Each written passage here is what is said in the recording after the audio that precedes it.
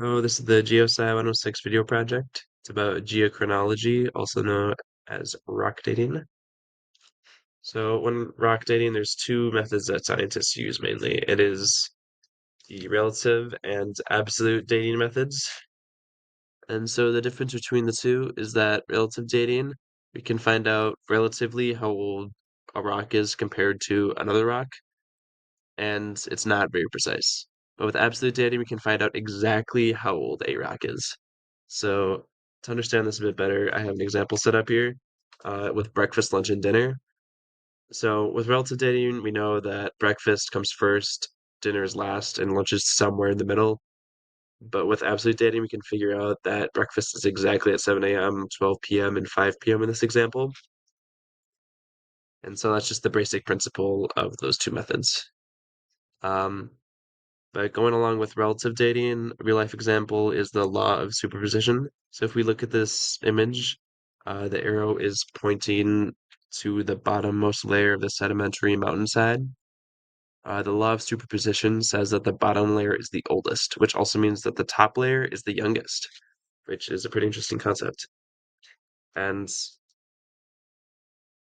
going along with that, we have faunal succession, which the principle of that is that fossils appear in a specific consistent order, and these fossils can actually be used by scientists to correlate the age of the fossils to the age of rocks, which is also pretty cool in my opinion. But if we want to find out exactly how old these rocks are, we can use absolute dating, and a way to do that is through radioactive isotopes and their half-lives. So what this means is that rocks have radioactive isotopes in them, and these isotopes decay over time into a more stable form. So some common isotopes, however, are uranium-235, 238, and carbon-14. So if we look at carbon-14, it says it has a half-life of 5,730 years. What that means is that carbon-14 will actually decay into nitrogen-14, which is the stable form of it, after 5,730 years.